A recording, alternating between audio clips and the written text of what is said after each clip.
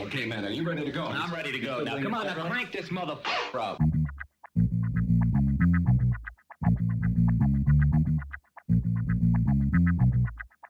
Break it down like this.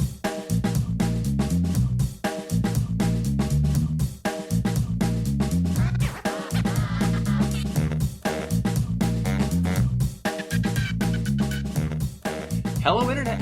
Gino that Pinguino Greco here again with another episode of Deep Listens, and today we're going to be discussing Oxenfree, the spiritual successor to Ollie Ollie, the great skateboarding game. And Oxenfree, of course, as Ollie Ollie taught us about skateboarding, Oxenfree teaches us about time-traveling ghosts. So, joining me as always to discuss this game, Pete Busby, hello. Hey, what's going on? This was my pick, and I stand behind it. Some pros, some cons, but I think overall it's pretty good. I come with a snake fact this week. Snake fact. It's a snake and gender fact, oddly enough. So, garter snakes, when they emerge in the winter, some garden snakes will emit the same pheromones that females emit when they're ready to mate. And they do this because the pheromone will attract 50 to 100 males in a big mating ball, and they use this to basically steal their body heat. There's an adaptive advantage to warming up faster, so certain snakes will pretend to be women to basically steal body heat from the friction of attempted mating. Huh. Yeah. See, that's not where I thought that was going. I thought that was one either it would emit the pheromones and then it would kill the male snakes that showed up. Like some Bugs Bunny stuff.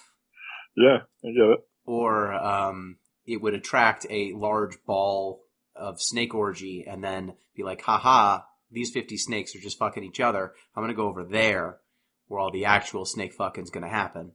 See, fruitful stuff. That was the initial explanation, but I think subsequent research sort of came to a body temperature conclusion. Science is great. Yeah. And look, I'll be honest, in just finding this one out, I found enough snake reproductive facts to cover about 3 or 4 more podcasts. Excellent. So. You know, every time we have an episode, I realize that there are scientists out there answering questions I haven't thought of and I never needed to know the answer to. No. And they're answering those questions for us. Things I wouldn't even necessarily want the answer to. Exactly. Just asking away. Way to go, snake scientists. One of these days we should just do a special episode that is all animal facts, just for an hour. We could do it. You don't want to do that. If you charge me with that, you'll have to understand my life has been leading towards that moment in many ways. We're going to learn a lot about the platypus. I just got a new Uncle John's bathroom reader, so I can read through that. Great. All the best facts come from toilet books, I find. That other voice you hear is Games Master M, Master of Games. I did it. You want to explain why you're a Games Master? I completed my master's program this past Wednesday. Hey! Yeah, thanks. Does that, wait, before I congratulate you, does that count as part of the liberal arts? Or is it STEM? No, it's not. Well, my master's is actually in creative writing and my bachelor's is in games. Fine. So congratulations! Thank you. Yay! And now we have 3 writers. Yeah, now I'm recovering from the end of the year. So, yeah, now I gotta decide what I'm gonna do with that. Cause I owe some money to some schools. Novellas? I guess. Patreon. I don't know. Patreon's a good way to get money. I'm thinking about it. Speaking of which. We have, yes. Speaking of which. Do you have one of those? We have one of those. You can get in touch with the show for emails and such at DeepListensPod on Twitter, deeplistens.libsyn.com. We have our comment sections and deeplistenspodcast@gmail.com. And you can also support the show on patreon.com/deeplistens. And if you were to do so, you would get access to our Discord, where you can talk with the hosts. You can learn about stuff that's up and coming. We've got a number of things going on there. And if you were to post in there, you might end up on the Discord report. The Discord report. Boop-a-doop-a-doop-a-doop-a-doop.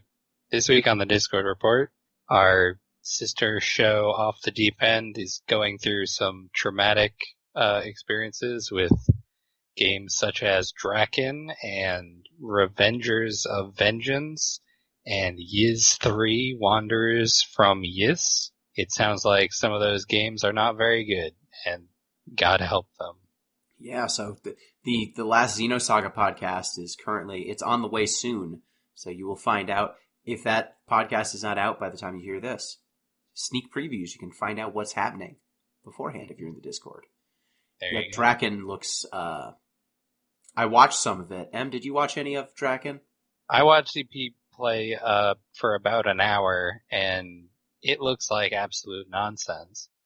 It looks as though the game doesn't tell you what to do, and it will punish you for not knowing that a weird tree-looking thing in the road is actually a giant dog head that will eat you.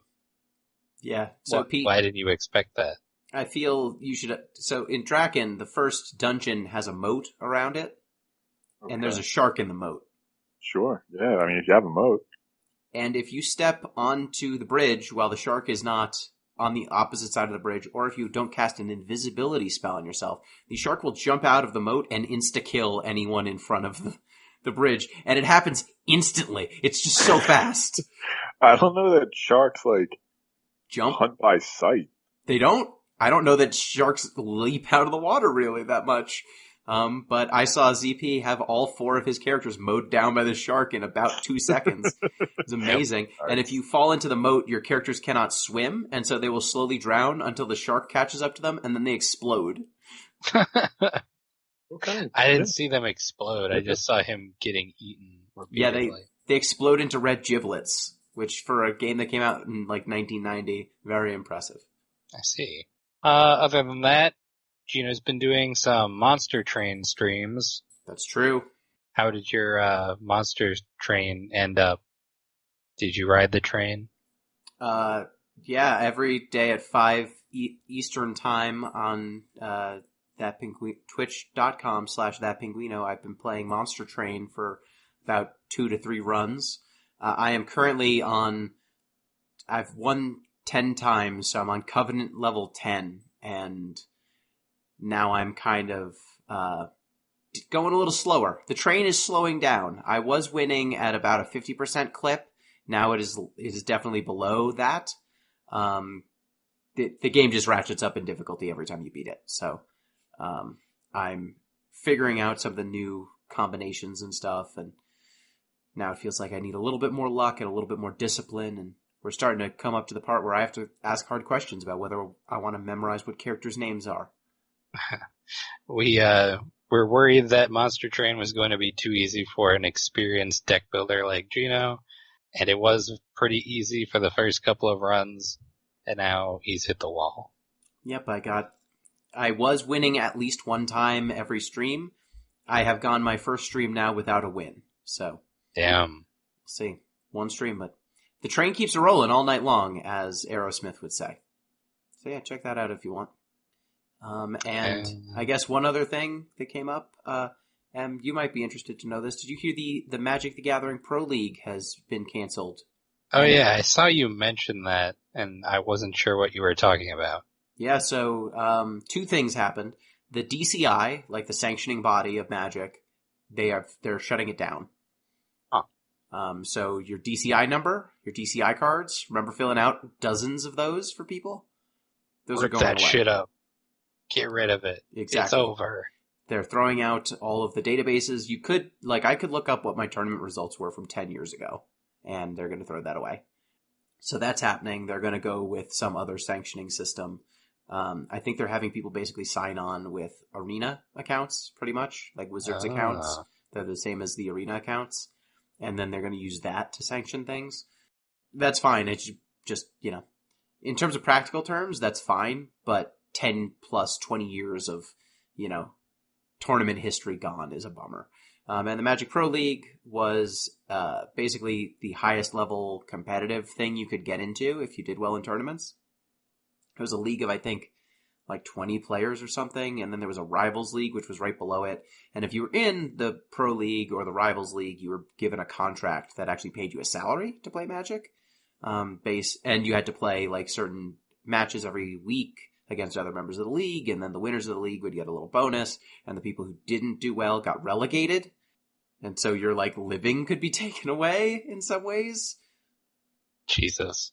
Which is it sounds, on the one hand, it sounds like the dream. On the other hand, at what cost? And they instituted it by taking away basically all the pro points and like gold level pros. A lot of the pro payouts for like mid-tier grinders went away, and in its place went like $60,000 salaries for 20 people, which like that's enough to live on, which it's not a bad salary at all by any stretch, but it's also not like you're rolling in it, you know? It's enough for you to maybe afford a house, like maybe support your family if you've got kids, but it's not like a ludicrous amount of money. It's less than the lowest paid professional athletes in most sports. So yeah, it's going away. Like no one watched it that I could tell. It was on Twitch. I never cared because watching the best players in the world play meta decks 20% better than I can was not especially riveting. And you know, it's that every single play they'd make the right play most of the time, but that's not actually that riveting. I'd rather watch some lunatic play a deck that's just complete garbage, but does something fun once every 10 times, rather than that. Yeah, I heard rumblings of it when we were like working in game shops. I never watched myself because high tier play is not something that I can do, and maybe it's better to watch it than actually try to do it. So yeah, I just couldn't. I tried watching it every once in a while, and it was, you know, these people were picked largely for their skill at the game, not their charisma. And then the announcers are doing their best esports impression, and that shit puts me off so hard. The esports announcers, you know, it's hey everyone. You don't like the really fake, like, hyping up a card game action? Let's get hype. Oh, wow, he taps. Look, he's gone infinite. Oh, my God. Yeah, I just can't. I can't.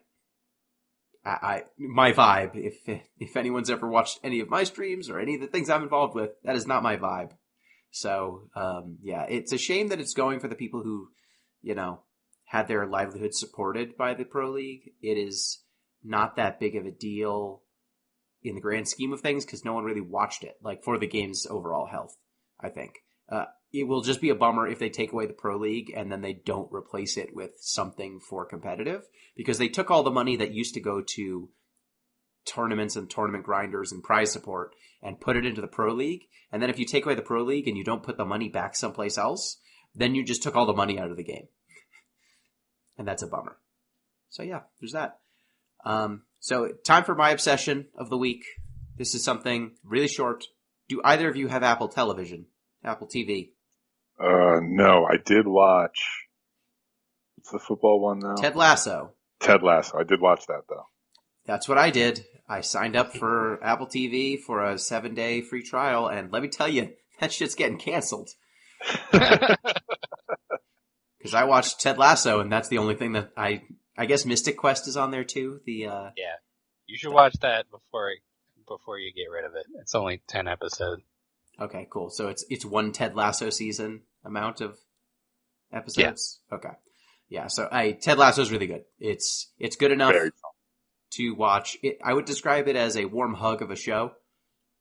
Mm-hmm. Yeah, it gets a little darker than you might expect, but it gets bright again. It gets darker. What is the premise? The premise is an American college football coach is hired by an English Premier League team to coach them at soccer. It started off as a series of commercials for the Super Bowl one year, and they were like, this counts as IP now. Let's make it a series. Wait, really? It was an IP? I didn't know it was a commercial first. Yeah, it was a series of commercials for something, maybe cars, I forget what. But yeah, they just kept the character. I'm like, okay, let's make a series. Yeah, so Jason Sudeikis plays a Wichita State college football coach who gets hired by an English Premier League team to run their soccer team, despite knowing nothing about soccer. And it's a delightful show. He's not as much of an idiot as that premise would make you think. And I would say most of the episodes, it feels kind of Parks and Rec-y to me, like really good humor, pretty fast paced, and you generally leave feeling good. Yeah. So yeah, check it out. It's on Apple TV. It's maybe the only thing worth getting Apple TV for. And luckily they have a 7-day free trial, and I was able to watch all 10 episodes in 4 hours or 5 hours. Yeah, that's easy. Gino, remind me. I've forgotten his name, and it bothers me whenever I remember I've forgotten it. What's the old soccer guy's name? Ooh. Let me check. Yeah, I could have just looked it up myself. It's like Kent, I think. Yeah, it's definitely something like that. Roy Kent. Thank you. Okay. Yeah, the names are great. Roy Kent, Jamie Tott, Keeley Jones, and then Ted Lasso, who all of his anti-tea rants are quite good. And as someone who appreciates tea, I did not appreciate that. I don't like it. How dare you? Get out of here.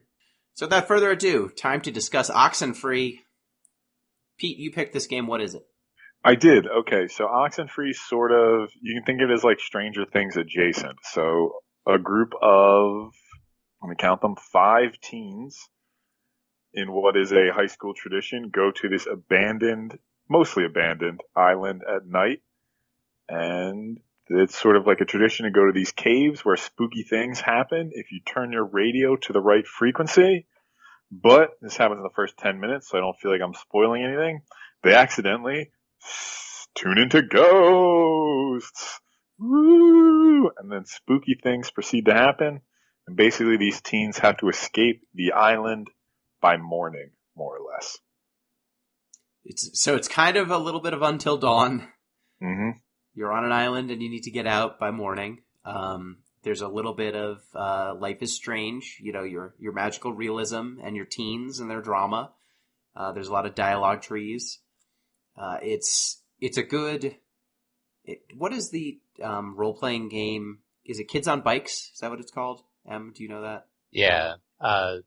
There's Kids on Bikes. There's Tales from the Loop, which is about kids in a weird supernatural future deal. There's a bunch of those like tabletop games that are pretty close to what is going on here. Monster of the Week, like stuff like that. Yeah, so. It's got a lot of your Buffy's the Vampire Slayer, your It, all that sort of young adult teens, and then supernatural stuff happens and they need to figure stuff out.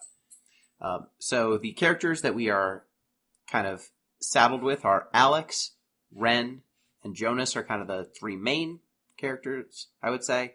Alex is a teen girl. We don't really know much about her when you get to the island other than her parents are divorced. Jonas is her stepbrother, and Ren is a friend of hers. And then we meet 2 other folks on the island, because this is supposed to be like a junior year bonfire sort of deal on this island called Edwards. Is it King Edward's Island or just Edwards Island? I feel like it's just Edwards. I mean, isn't King Edward's Island a real place? That's probably true. You can't trademark that. I think it's just Edwards Island. You meet Nona, who is kind of a quiet, artsy type, and Clarissa, who is a popular girl who hates Alex, who used to date Alex's brother. So when you first get to the island, what did you think of the initial setup? Like, we get Ren, we get Jonas. You can make some choices about how to handle each of these characters. And what did you think of kind of the initial introduction? So we start on a boat, and there's like a lot of these characters are like talking over each other, which you will notice pretty quickly.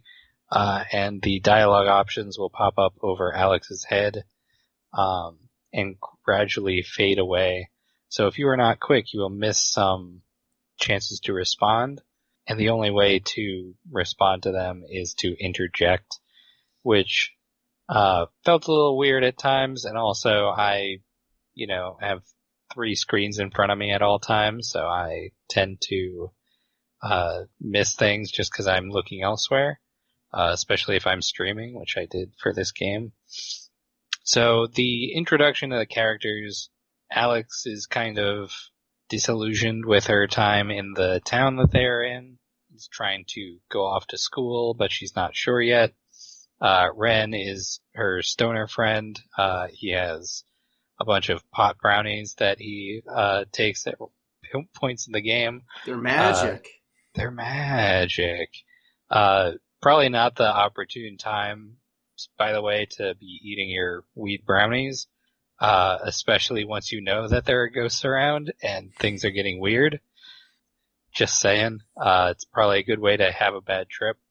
And Jonas, who is... how would you describe Jonas? He's kind of... he's sort of nothing. Yeah. Yeah. He's kind of just like there for Alex to bounce off of. Yeah, he's less of a stereotype as some of the other characters. Like Clarissa is the jerk popular girl. Ren is the stoner. Nona is kind of quiet and shy. And then Jonas is like, he's your stepbrother who you don't know very well. So a lot of the questions you're asking are like, so Jonas, what's up? What's up with you? And then Jonas will mostly like ask you questions where, if depending on your answer, it will define who Alex is more than anything else. He's there to prompt you to, write your own story. Yeah, he's the foil for the player, I guess. Not really a character on his own, but he's sort of develops along the way. Yeah, he's kind of meatheady sometimes. He's judgmental. He smokes. He's kind of sad too, and in his feelings a lot. He's self-conscious. Like, he's got a lot of stuff going on, but they're not easily, summed up in a single sentence the way the other 3 characters are. And Alex is a cipher. She is who you want her to be. I mean, Jonas's main thing, I guess, is that his mom died. Like, that seems to be his general, character arc, so to speak. He doesn't change much other than that. And Alex's main character arc is her brother died, and her parents got divorced. A lot of people die in this game. They do, and sometimes they don't stay dead. That's a good point, too. So when we first get to the island, you're just kind of like wandering around. There's a little tourist industry when you first get on the island, and like as you said, a lot of the dialogue options, especially early on, if you want to interject, you are interjecting and talking over someone else, which makes the dialogue sometimes a little bit hard to follow. There are some situations where when you pick a dialogue option, it steps on someone else's line and it feels appropriate. Like if someone's saying something rude and you pick an option and you step on what they were saying, it makes sense that you're trying to cut them off. A lot of the interjections early on I found were me interjecting because I wasn't familiar with how the dialogue system worked, and then I just lost content because I didn't realize that I was going to cut people off. I thought it would queue up what I was going to say and say it as soon as the other person was done, and that is not how it works. So it's an interesting dialogue system, I think. It sometimes felt really fluid, and sometimes it felt like I was just trampling over everything and missing out on story beats. But I definitely get what they were going for, and it really felt the most prevalent at the very beginning of the game because characters are kind of establishing who the heck they are. They're talking way more than they do later on. When you get 5 characters talking at once, that's when you're gonna definitely cut off someone else. It makes it very strange to, like, if you want to get the full story of everyone's deal, but you also need to establish Alex's character. So, I don't know. It's an interesting system. I was not good at it, but yeah, and I get. There were definitely a lot of times where I felt like I could wait for someone to finish the sentence and that'd be fine, but then the dialogue option would fade away and I'd be like, I guess I don't get to say anything this time, even though this is totally the natural spot for Alex to have interjected. But it's fine. Like, the very beginning of the game, you're walking through tourist sections, you're talking to Ren and to Jonas, and then you get to a bonfire, because, what is a teen coming of age story without a bonfire? It starts out relatively normal, and I think one of the first pivotal decision points is here at the bonfire. Did you screw up Ren's chances with Nona? Does Ren deserve Nona? I think No. we need to ask. I don't think Ren is in a spot where he should be in a relationship right now. No one deserves Nona. She's too good for this world. I did screw up Ren's chances with Nona. They were not going to end up together in my run. The first time around, I didn't really touch it, and so nothing happened with it.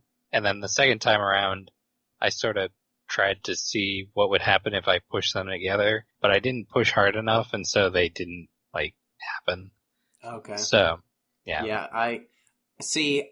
You're tasked at the bonfire with playing some sort of truth or dare sort of game. It's like truth or I slap you or something. And Nona, you're able to say to Ren, so do you like Nona? And then I expected him to play it cool. Ren did not play it cool. Ren was very upset. I don't think Ren is capable of playing it cool, if I'm being perfectly frank. Well, I talked to him for 2 seconds, so I didn't know that he was not capable of playing it cool at the time. He's your oldest friend, Gino. Great point. Yeah, I apparently blew up his spot. I was like, I'm going to lay you up. I'm going to give you a layup, and you could, say, hey, girl. And then he's just like, nah, I'm going to be a real dork about this, and then be upset for the rest of the game. So, yeah, I didn't get along with Ren in my run. Damn, he got upset the whole time because of that? He has a dialogue option where he's like, what the hell, dude? And then from then on, I basically ignored him. I was like, okay, I guess I'm not going to be friends with Ren. And I also, you're given a choice at one point to go see Ren or Clarissa. And I chose Clarissa first because reasons.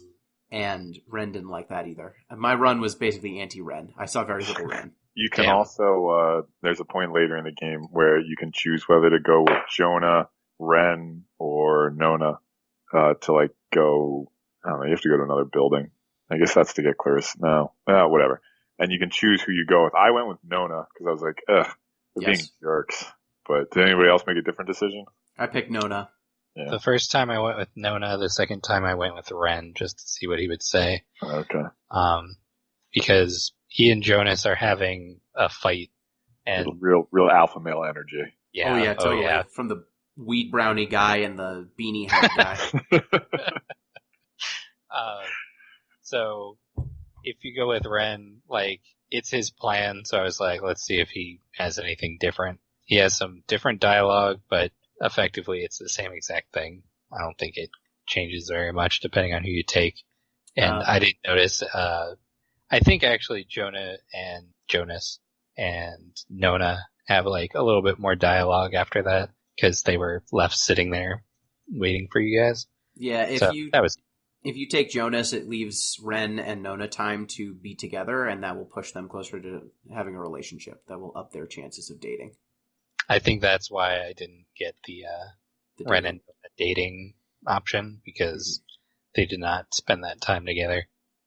Yeah, so after the bonfire, so Clarissa's a big jerk and forces... Well, she does. You don't have to say it, but she puts you in a spot where Alex kind of admits that her brother has died. He drowned, I think, a few months before the events of the game.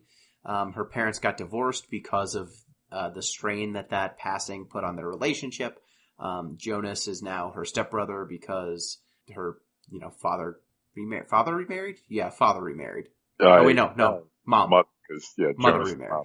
Right. Dead mom. Yes. Jonas is one defining feature. And actually, we don't know. Could be same-sex couple. We don't know. Yeah, that's a great point, I apologize for being so heteronormative. We just know dead mom, and we know Alex's parents are divorced. That's all we know.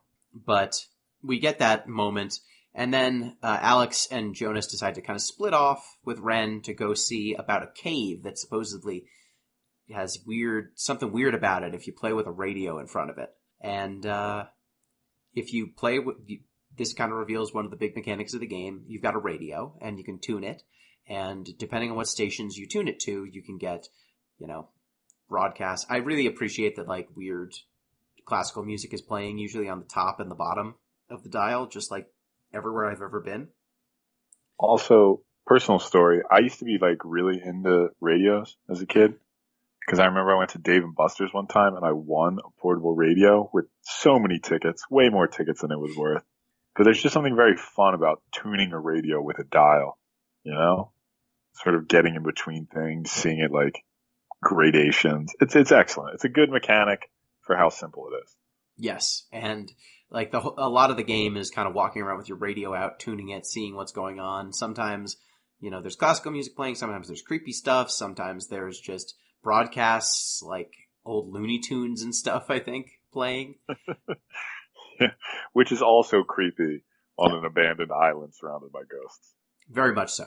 And so when you tune your radio at the mouth of this cave, it causes lights to light up just out of nowhere, which, I don't know, that seems bad. And so Jonas decides to go deeper into the cave to investigate.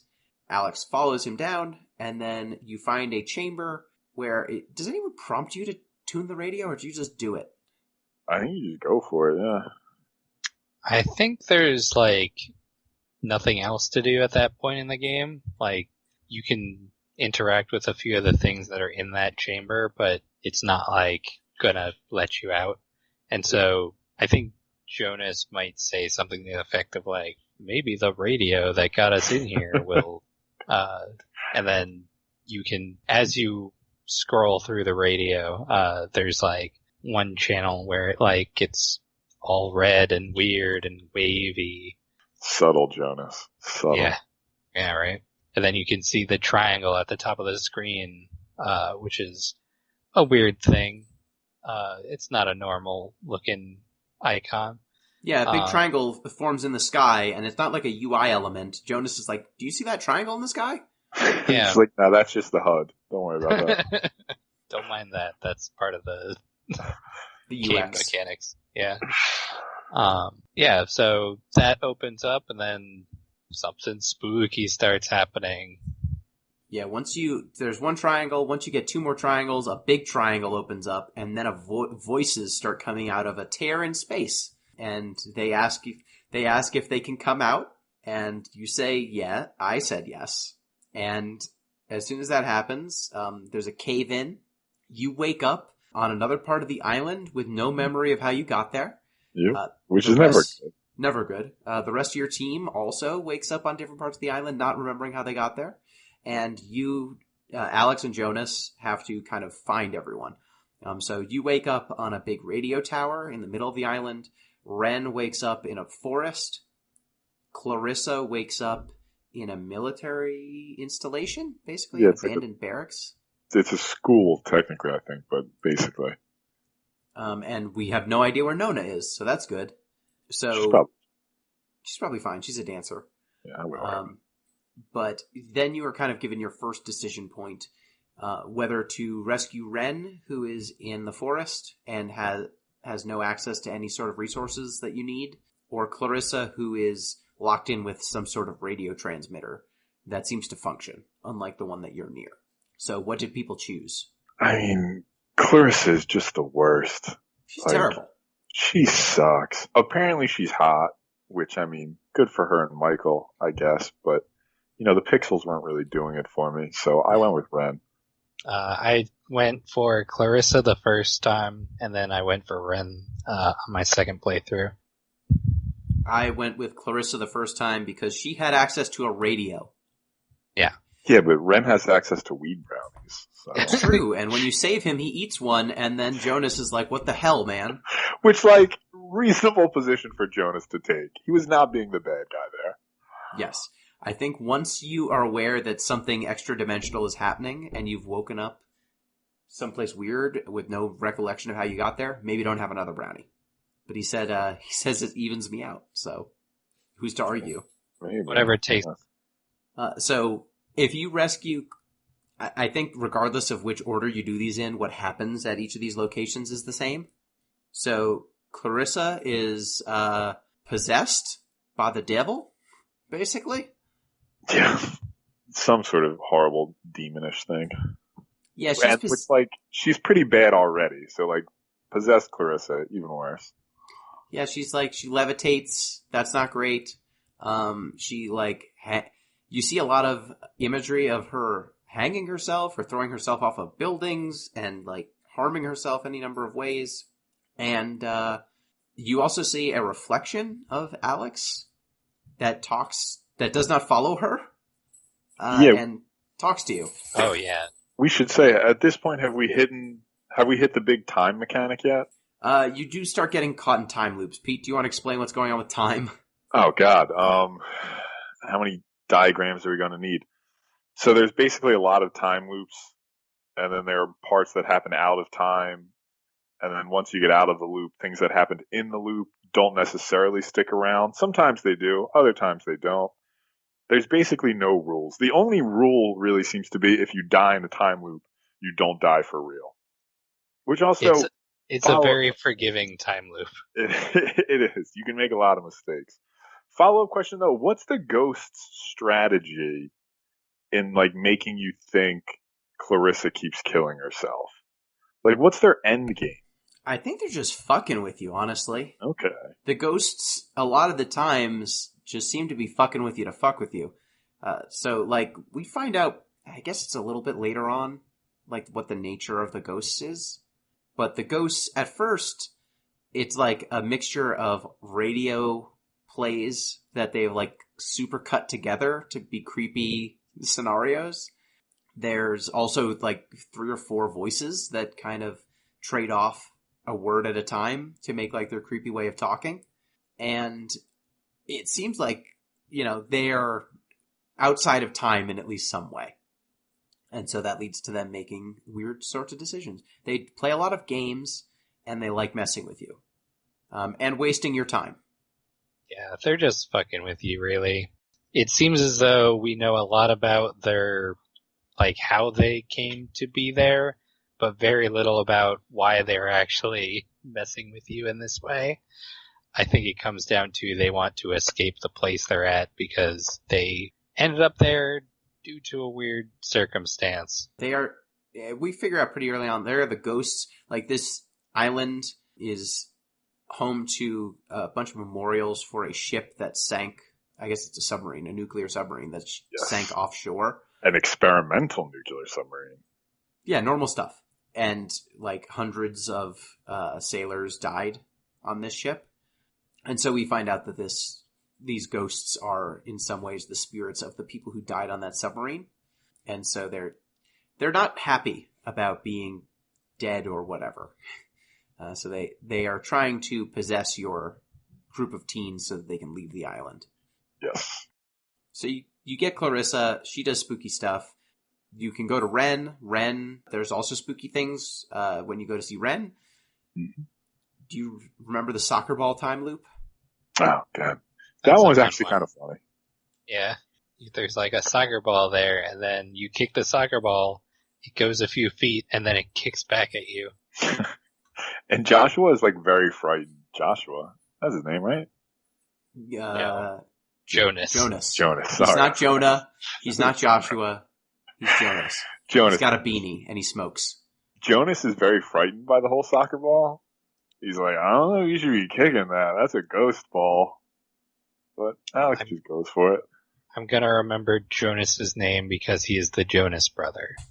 Mm. That's gonna be my mnemonic device. It's a good one.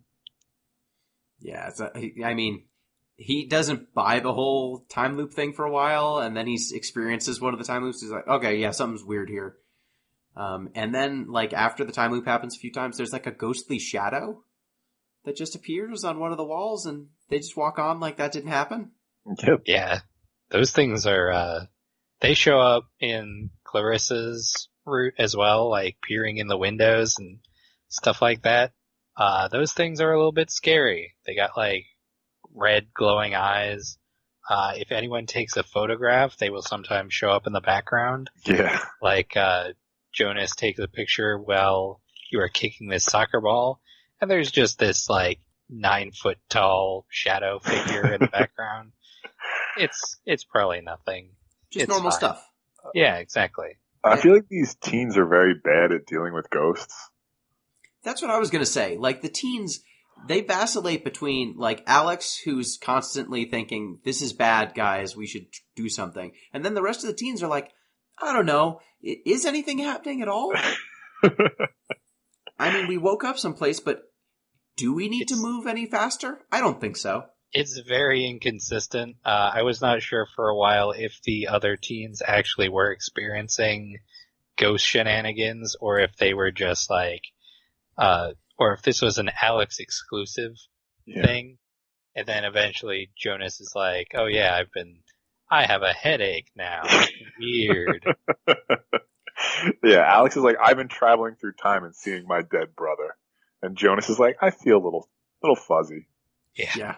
So once you've rescued Ren and he's had his second weed brownie, and you tried to rescue Clarissa, but she she jumps off a building, then gets up and shakes it off.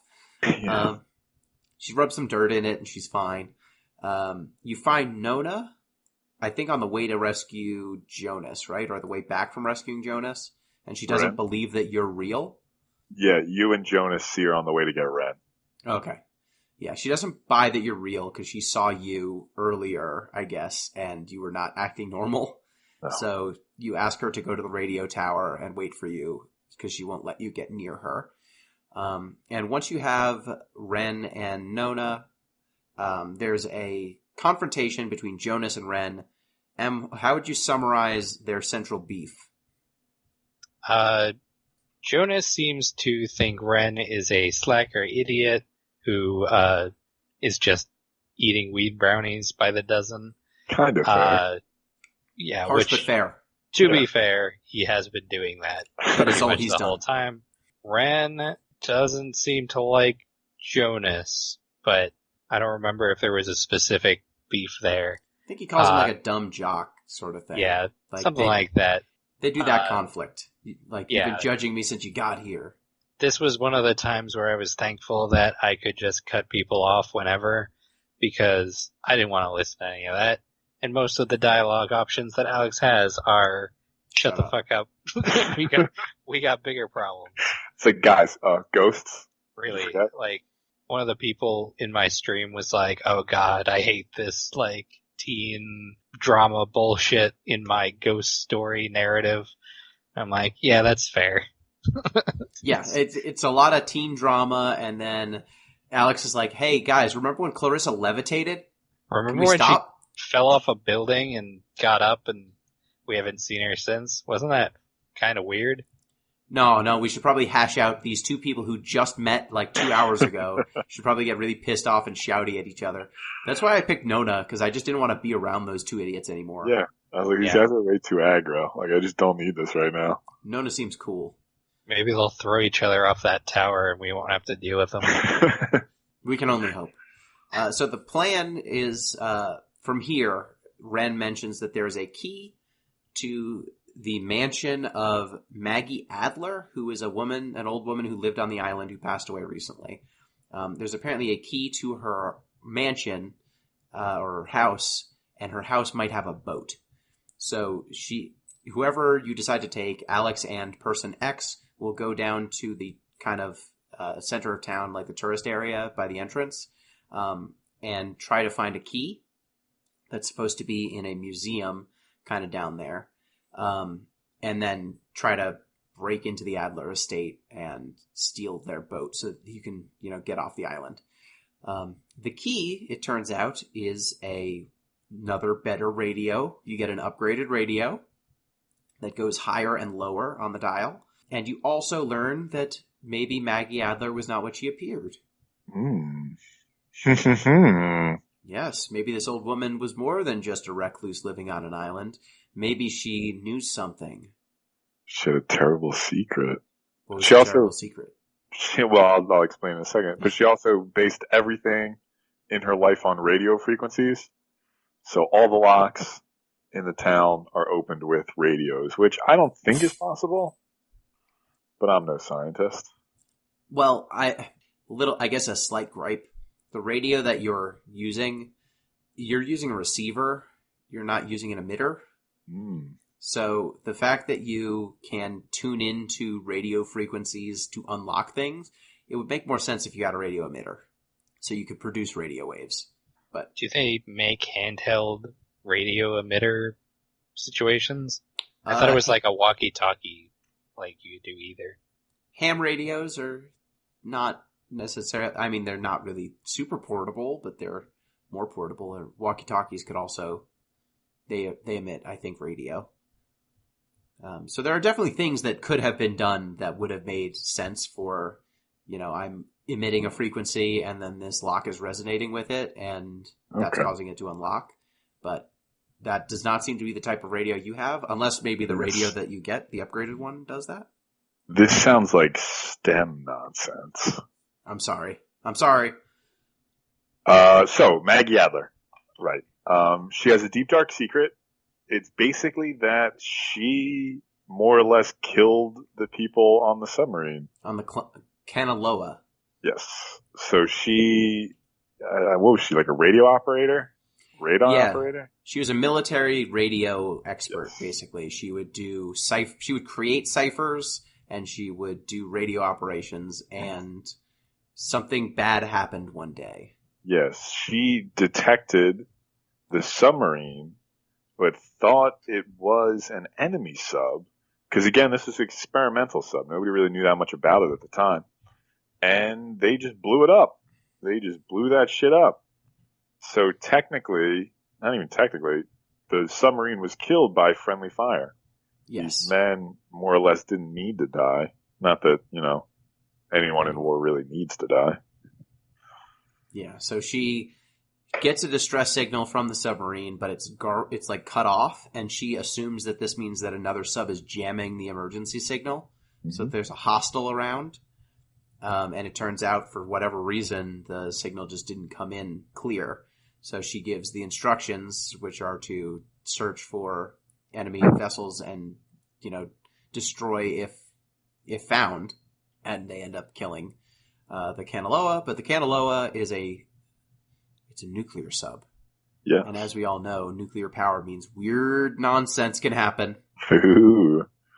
So when it is destroyed, instead of being destroyed for real, the submarine is instead hurled into another, or like the people on the sub are hurled into another parallel dimension. It's basically, what made me think of was Event Horizon. Yes. So like these, instead of a black hole, it's a missile strike, and they're launched into the hell dimension. Yeah, it's like that, or like, we just played this game on the PS4. Oh, come on. I remember the Control. The last one we played. Oh, we did play that. That was also strange. Like Control with the alternate dimensions. Mm-hmm. Yes. So yeah, they are trapped in this other dimension, these handful of sailors who survived. So some folks just straight up died on the submarine when it sank. But some folks were hurled into another parallel dimension where time does not flow as it does as we understand it. So they are basically trapped in an endless loop, watching the world begin and end over and over and over again forever. And they're not stoked about it. No, they are not happy. And so Maggie Adler comes up with a plan to try and free these trapped spirits using radio, because that's all she knows. Look. Everything is a hammer and a nail to Maggie Adler. To Maggie Adler. Waves. You gotta have the... Exactly. It's waves and it's amplitude, it's frequency and amplitude. What else do you need? She's like, what caused this problem? Radio. What would solve it? More radio. Better radio. Pirate radio. That's a good movie. It is a good movie. So she figures out that there's some way, she basically does what you did on the beach or in the cave with her friend, Anna. So they communicate with the Kanaloa's crew, and they find out that, like, over time, people on this island are hearing weird shit in radios. And at first everyone's like, oh, some prankster. And after a while she's like, no. It's the people who died on that submarine.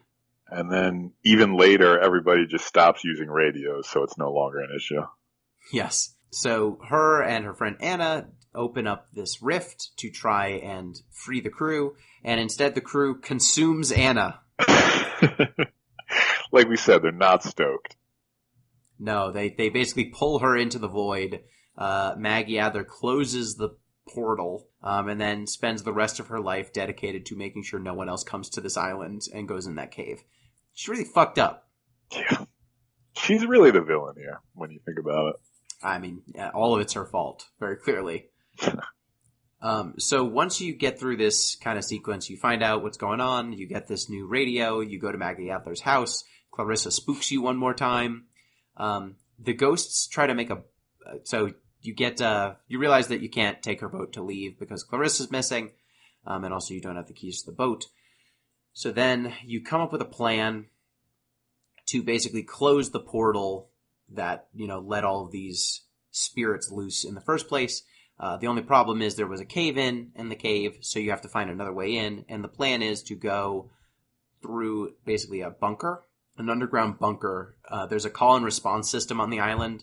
One station can emit a radio signal that will open kind of the fallout shelter at a second location.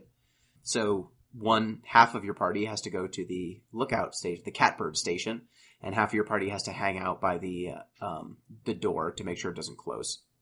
And when you split up for this, the ghosts have a proposition for you. They stop you again. They put you in a time loop. And this proposition is, everyone except Clarissa can leave. They just want Clarissa. Super tempting, honestly. Yeah. Did anyone take them up on their offer? No, I mean... I didn't. It's kind of obvious what you're supposed to do. I mean, yeah, but fuck Clarissa. She does suck. She sucks a lot. Like, her beef with you is basically like she blames you for your brother dying, who was her boyfriend for like a few months. Like, fuck her. Yeah, she says, like, you killed him. Like, you could have saved him if you just knew how to swim. It's like, what? Excuse, what? It's like, you don't even know, like, you barely knew my brother. But they were gonna run away together. They were made for each other. Which was also a bad idea. Oh, yeah. Yeah, there's also flashbacks where it looks like when you're being possessed by these ghosts, while that's happening to your body, your mind is in another time period, like reliving events. So Alex sees moments with her brother. One of them is with Clarissa, and you can talk to him about how much of a dirtbag Clarissa is, or not. Even though she's nice in the past. Yeah, before the whole brother death thing, she was pretty chill. She was pleasant. She was like, hey, we should get to know each other.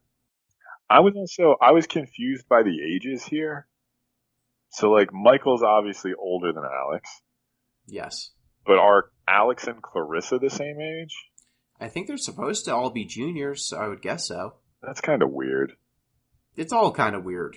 Yeah, I'd feel a little strange if, like, my older sister was dating somebody in my class in high school. That would feel weird. It's a time loop. There's time shenanigans. Clarissa's actually 38! Oh no! Statutory stuff! That's the most horrifying part of all of it. Sure, just another reason to throw her into the ghost portal. Yeah, I just like the ghosts are like, look, let's be real. You can hash out a deal that's beneficial for all of us. You can have the 3 ones you like. Leave us the one who sucks. It's win-win. Did you take the deal? No. That didn't seem to be where the game wanted it to go, but it was tempting.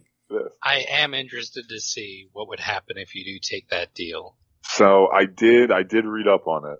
If you'd like me to spoil it. Go. So, not only does Clarissa disappear, but she vanishes from existence. So no one else remembers she ever existed except you. It's the perfect crime. Classic. Yep. There's no downside.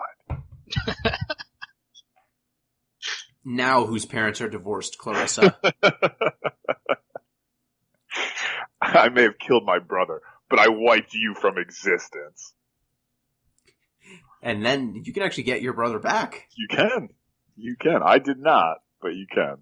It turns out that when you get sent back in time in these flashbacky sequences, you are actually back in time. and the actions you take can change the sequence of events in the future. So you can undo Jonas from your life. You can free yourself from that beanied loser. I was saying, good trade. I would trade Jonas for Michael. Yeah, Michael teaches you how to drive or Michael's whatever. chill. Yeah, Michael's cool. Captain of the sports teams. He Homecoming doesn't team. smoke like Jonas. Running away with Clarissa is a dumb idea, but other than that, Yeah, if you can dissuade him from that, everything's cool. yeah. All you have to do to have your brother back is to convince him to break up with this girl who wants to run away and make sure he never leaves to go to school. It's just that easy. So once you get to the Catbird station, the ghosts make their offer. You reject or accept it. They kill Ren and unkill him a bunch of times for no real reason, just to kind of fuck with you. Then you go back, go into the bunker to kind of finish the fight. And it turns out, like, the longer you spend on this island, the more these ghost things can take over you and your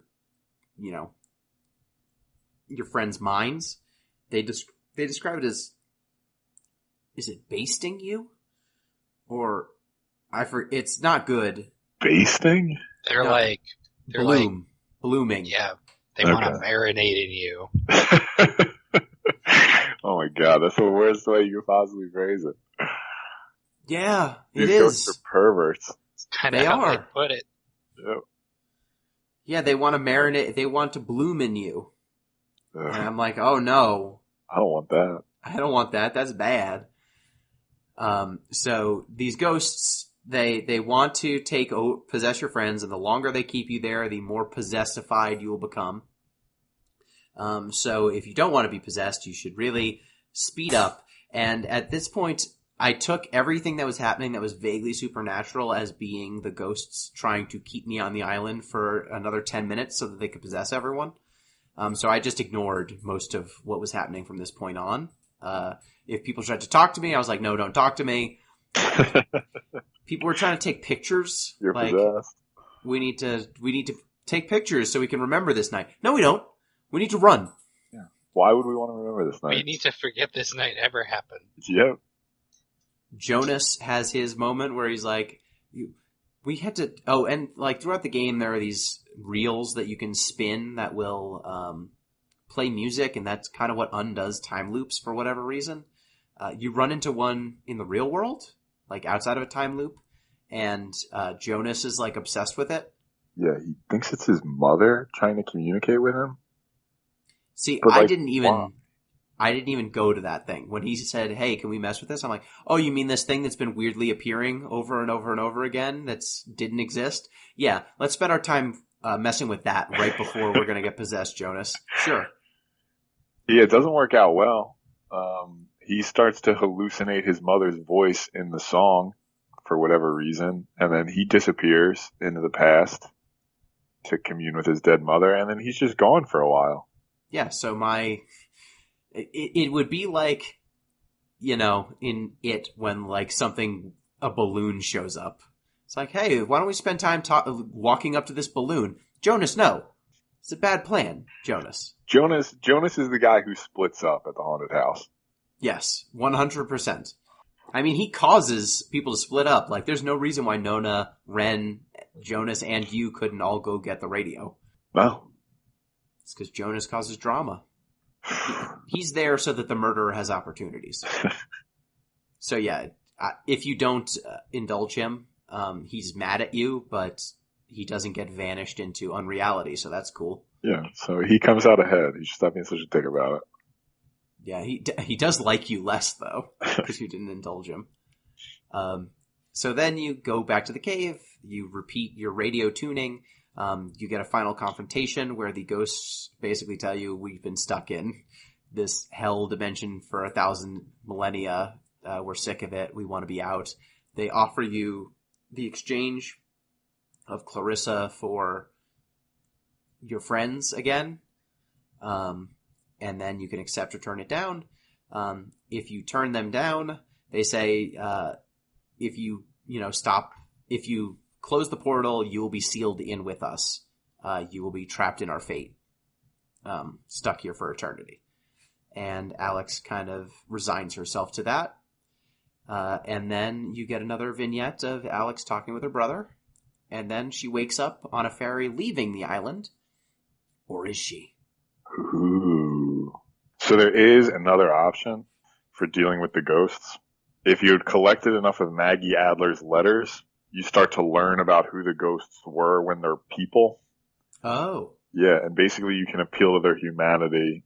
I think his name's Francis.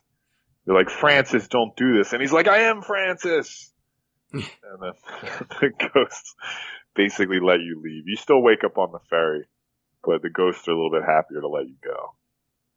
So if you do that, you're still stuck in the loop, though, right? Yes, I was. Okay. Unless it's your second playthrough, which we can talk about. And then what? And then, on your second playthrough, it assumes that you've seen everything in the first one. The, weird Alex being like, haven't we done this before? Scenarios happen way sooner. Things start glitching really early on before you even, open the portal. So it knows what's up. There are certain points where, it's alluded to that you are aware that you have been doing this over and over again. In certain points, when you're going to get Ren, when you're going to get Clarissa, and in the bunker, you have an opportunity to use a radio setup that just appears. Yeah, and this is how you can send out a message to other Alex, who is you from the past. And this is how you get the, I guess, quotes, true ending, where you send a message out to warn other Alex not to come to the island at all. And you will, if you do this correctly, by using all three of the radios and sending the proper message, you will get a scene at the end of the game where Ren, Jonas, and Alex are hanging out outside of a supermarket waiting for Ren's sister to come by to buy them beer because they don't have a fake ID. And then Ren is like, oh yeah, tune your radio for some reason. We're going to use this to determine if we go on ahead or if we sit here and wait for my sister. If it's a song, we'll wait. If it's something else, we'll go ahead. Yeah. And then you tune the radio and you hear your own voice saying, hey, don't come to the island, just go home. And Ren is like, that was weird. Nice prank. And Alex is like, I really didn't do this. He's like, no, seriously. And you're like, no, I really didn't do this. And you decide not to go. And that's the way you break the time loop. You just don't ever start it in the first place. Which, in order to actually send that message, you need to be in the time loop. So what is the truth? That's a great point. Some real Final Fantasy VIII time loop vibes. Oh, hell yeah. The classics. That game, yeah. There's a time loop in all of us. Nothing like time travel to overcomplicate a story. Yes, and that was actually something that I was thinking, most of the time playing this. Did it need to have a time component too? Were ghosts of, mariners sunk on a ship enough? Probably. Yeah, I guess seems like a hat on a hat sort of deal. See, it's a time travel story, it's a interdimensional story, and it's also a ghost story. So there's a little something for everybody. Yeah, and teens. A Building German. It's a coming of age story as well. Exactly. Yeah, it's about grief, it's about trauma, and it's about interdimensional time ghosts. Can we talk about the pie charts too? Sure. Yeah, at the end of the game, you find out what decisions you made that other people didn't make. Yeah, it seems like a weird thing to me, right? This is a very sort of personal game. Mm-hmm. It's a very sort of personal story. I don't remember any achievements popping up, but maybe they did. They did, but they weren't pronounced. Okay. It seems I got strange achievements. to then like situate your performance, I guess you could call it, amongst all the other things to suggest that like, no, this wasn't really like a personal experience you had amongst these teens. This is a mass-produced product that a whole bunch of other people have gone through exactly the same way. Yeah, I mean, to a certain extent, I get that. The game definitely is, I mean, it's several years past kind of the Telltale model of adventure game design, which really came into prominence in the kind of mid-2000s. This came out in, was it 2018? 2016. It was Okay, just so, a 5-year anniversary. So, I guess the first Walking Dead video game came out in like 2013 or 14. So it was kind of the same general zeitgeist as that game, or The Wolf Among Us, or really any of the Telltale games that kind of dominated American adventure gaming around this era. And they frequently had this sort of breakdown at the end of chapters or the end of games. It was like, did you kill this person or let them live? Like that sort of thing. It was pretty standard for adventure games at the time for whatever reason. All right. I can forgive it then. I still don't like it. But if it was just sort of like a trope of the moment. Yeah. Oh, actually development. So 2 developers founded Night School Studio. Sean Krankel and Adam Hines founded it in 2014, wanted to collaborate on video games together. Hines had worked on Telltale's story-focused games like The Wolf Among Us. Okay. So, yeah, so one of them was a Telltale developer. Which makes sense, then. Yeah. That'll do it. And that comes from the Oxenfree Wikipedia page. Yeah. So you know it's trustworthy. It's gotta be. It's a citation. To the same point, there is another aspect that I wanted to talk about, which is the mirror, Alex, that you see at 3 points in the game. Yes. Which, I don't know if you guys have people on your friends list who have played this game. Like Pete, I don't know if, because on my experience, I could see like Alex had a little green thing above her head in the mirror, which I couldn't make out until at the end of the game-ish area, you go and become the mirror version of yourself. Yes. And it has your gamer tag above your head. Is that what it is? Yeah. Yes. So I didn't realize.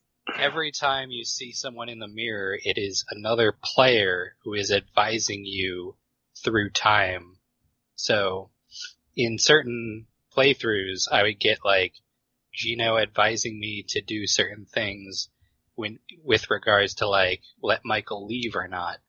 And that sort of, in my first playthrough, I was like, okay, that's an interesting way of presenting this information. I think I'll judge it as truthful because why would the game lie to me? And then at the end you realize that it's your friend telling you something to do, which might not be optimal. No. Of course the game would lie to you. Yeah. I thought it was always like me. Yeah. Like I was picking the dialogue option, but Yeah. it might not have been. Like, I don't, because I could see in the end credits, it actually said that Pinguino, for like mirror in the fort or whatever. Mirror Chucklehead. Yeah. And so I was on stream and I was like, what? That Pinguino? What the hell? And so I actually, in the second playthrough, I paid closer attention to that. And it's actually pulling from like your Steam friend list, to generate these like recommendations. And so I thought that was interesting. Yeah, it's a real Nier Automata sort of Yeah, deal. yeah, exactly. Yeah, now we're talking, huh? You know, good video games. Yeah. Yeah. Our favorite video game from the 2020 series. But like, You if know. we're talking time loop games, like, Yep. there we go. That's true. Yep. These It are is- all true statements. Can't deny them. All right. Well, I think that's kind of it for Oxenfree. It's a cool it's definitely a cool game. I appreciated the story. It Pretty definitely breezy, has a. Joe. Oh, go ahead, Pete. I was just gonna say it's pretty breezy, like 3.5, 4 hours. Like, Yep. not too much. Yeah, it's got- I finished it today, and it took like half an hour, and then I played another playthrough, and it took an even 4 hours. So it's a good thing to just sit down and, if you want a spooky, crappy... I kept saying spooky, crappy whenever anything weird happened. And that's basically what you gotta go in expecting, and you will not be surprised. It's pretty standard ghost fare. For sure. And just a little thing that I don't know if either of you knew about. This game did have an ARG, an alternate reality game. It did. So sometimes, if you tuned the radio to certain frequencies and you got like the spooky rock piles, they would start with a call sign and then they would say the story bit or like, this person killed themselves on this island. When those things would happen, if you like took the call signs and put them together the right way, it would basically give you a thing you could use to look up a URL, and the URL would open, go to a Twitter account, and then you would get an email, and the whole thing. It would do the whole ARG thing. So there was an ARG. I looked into it a little bit, and then went, no, thank you, and I moved on. The appropriate response to ARGs. Yeah, so in case any of you were interested, there is an ARG to this. Listeners, check it out if you want. It's no I Love Bees, but it's pretty good. Is it still active? Like, can you still participate in it? Or is it like... You know what? Do some journalism. Oh. Damn it. You got this. I believe in you. I'm bad at these. Okay. I'll report back next time. I exclusively researched snake sex facts, so... All the brain power that could have gone to this instead went into snakes boning, so... Yep. Oh well. Well, with that, it is now your turn once again to pick what game we play. It's my turn. Okay. I have a list of podcast games that I'm going to pick from. Okay. The games that I was thinking I was going to pick, I actually want to hold off. Particularly because one of them is too good and it's going to usurp Game of the Year Vagrant Story. I like jockeying in May. I don't think I can pick Majora's Mask in good conscience. I will. Are we set on Vagrant Story? No, I am set on Vagrant Story. I don't know if you two are. All right. We'll find out. So it's the game that I want to play is one of the earliest DS games. It was from a time when they were still like trying to feel out what the system was capable of. It is a game that I played through like probably over 10 years ago at this point. It is WarioWare? Tell me it's WarioWare. Oh, that's a good choice. Damn it. I'll add that to the list. We're gonna play a similar spooky, crappy game. Hotel Dusk, room 215. Okay. 215? Yep. That's my area code. Nice. Yay! Well, you live in the Hotel Dusk now. Nice. You always were. So if we cannot get... Are there choices to be made in Hotel Dusk, or does it just have cutscenes? There are puzzles, and there are, like... It's basically a detective novel situation. You're gonna be talking to a lot of characters and doing puzzles with, like, touchscreen stuff and all that. So, Okay. yeah. Is it on the Switch now? I don't know if they Is it? ported it over. Let me see. Hotel Dusk. Look that up. Beep boop, beep boop boop. I like the art style. It's very noir. The art style is very interesting. Platforms, the Nintendo DS. That's Yeah, it doesn't look like it's on Switch. I apologize. It was one of Google's autofills, and it led me astray. I'm Damn. sorry. This might be a emulator heavy session. I'm sure we can figure it out. YouTube exists. It's fine. That's true. Yeah, but I'll just imagine I'm sliding the box. you will not get stuck, and that is the benefit. My laptop screen's gonna have so many fingerprints. Enhance. Enhance. Do you have that touchscreen laptop? I don't. I have like a 10-year-old MacBook. Oh. Oh, hell yeah. Yep.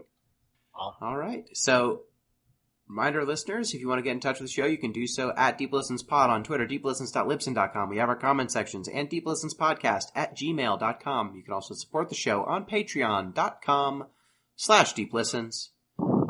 Thank you, Pete. Yeah, I'm happy with this pick. It was a good, quick, spooky sesh with some slightly annoying teens. Thank you, Em. You know, we love our mean teens hanging out on the beach on this podcast, and this did not disappoint. We got Pete, your choice is back-to-back mean teens. I know. I'm developing a real niche. And thank you, listeners. Till next time. Peace.